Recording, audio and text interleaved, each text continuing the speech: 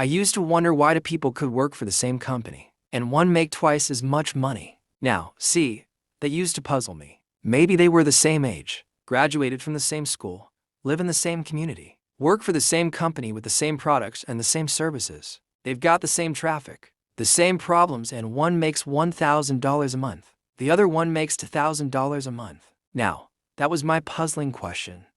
Why would this long list be the same, and the money twice as much? I asked. What's the difference between $1,000 a month and $2,000 a month? What makes the difference? Why would one person do twice as well, 3 times as well, speaking economically? Now, I know there's more than one way to do well, I understand that. But in this little narrow area called compensation, what's the difference? Now, if you can't get more time, which you can't, what could you get more of that would make a difference in economic results? And here's the key word, make it a part of your notes. We're going to consider it tonight. The word is value. You can't get more time, but you can create more value. Here's the first lesson of economics. Everybody should learn it from the time they're old enough to understand what a dollar means, how to earn one, how to get one, how to keep one, and what to do with it. First lesson of economics, we primarily get paid for value. That's lesson 1. Bringing value to the marketplace, that's how you get paid. You don't get paid for the time. I know it takes time to bring value to the marketplace, but you get paid for the value, not the time. Is it possible to become twice as valuable at the marketplace and make twice as much money in the same time? Could you become 3 times as valuable and make 3 times as much money in the same time? Is that possible? The answer is yes. If, and it's always if, right? Life is known as the big if. It's possible to do much better at the marketplace if you go to work primarily on yourself. People have asked me for the last 24 years, how do you develop an above-average income? And the answer is, become an above-average person. Develop an above-average handshake. Some people want to be successful, but they don't even work on their handshake as easy as that would be to start on. They let it slide. They don't understand. Develop an above-average smile. Develop an above-average excitement. Develop an above-average interest in other people. Develop an above-average intensity to win. See, that'll change everything. Probably one of the most frustrating experiences in life is looking for an above-average job with above-average pay without becoming an above-average person. It's called frustration. Work harder on yourself than you do on your job. If anybody would have asked me at age 25, Mr. Rohn, are you a hard worker? I'd have said, yes, I'm a hard worker. Check my record. I work as hard as anybody. And that was true. I was a hard worker. I really was. But see, that was my problem. I was working hard on my job, but I wasn't working hard on myself. And that was my reason for lack of progress. If somebody hands you $1 million, best you become a millionaire quickly so you get to keep the money. Otherwise, sure enough, it'll disappear. Somebody once said, if you took all the money in the world and divided it up equally among everybody, it would soon all be back in the same pockets. Incredible. Some people look for more money, but they look for it in the wrong direction. The guy says, I need more money. I'm going to go work on my boss. Well, number 1, bosses are notorious. They do not play fast and loose with the company's money. I've never seen a boss get excited and triple somebody's wages, right? I mean, they don't behave in such an irrational manner. So see, that's not what you work on. Some people say, well, I'll go on strike for more. Well, big deal. The problem with that game is once you start it, it's never over. You'll always have to strike. And I'll tell you what you get by demand. Little bitty pieces, barely enough. And now, inflation beats that game, right? The guy demands 10%, inflation's 12%. He's behind 2%. I mean, it never ends. So see, that's not the key to success. Maybe survival, but not success. See, it's not what you get by tricks. It's not what you get by demand. It's what you get by performance that counts. For things to change for you, you've got to change. Life and business is like the changing seasons. One of the best ways to describe life is like the seasons. You cannot change the seasons, but you can change yourself. The 4 major lessons in life to learn, here they are. Lesson 1.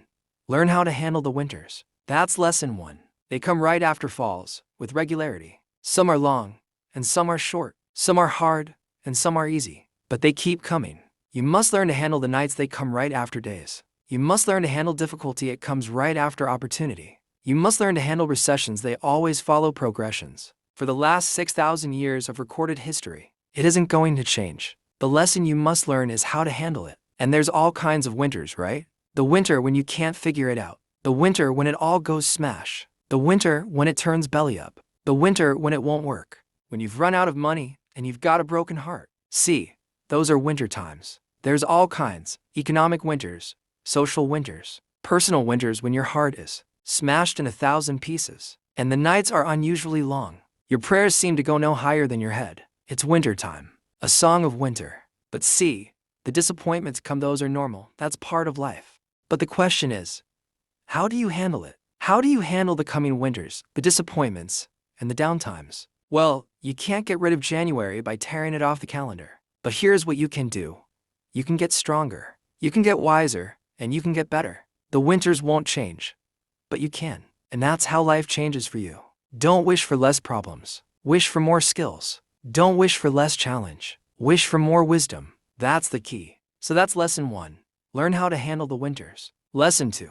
Learn how to take advantage of the spring. That's the second one. Spring is called opportunity, and spring follows winter. What a great place for it. If you were going to put it somewhere, that'd be the place to put it, right after winter. And pray tell, how often does spring follow winter? Every year, with regularity, for 6,000 years. You can almost count on it. See, opportunity always comes. Days follow nights, isn't that terrific? Opportunity follows difficulty. But here's what you must learn to do. Underline these 2 words in that key phrase. Take advantage. You must learn to take advantage of the spring. See, just because spring rolls around is no sign you're going to look good come fall. You got to do something with it. In fact, you have to get good at one of 2 things in life: planting in the spring, or begging in the fall, or getting somebody to do it for you.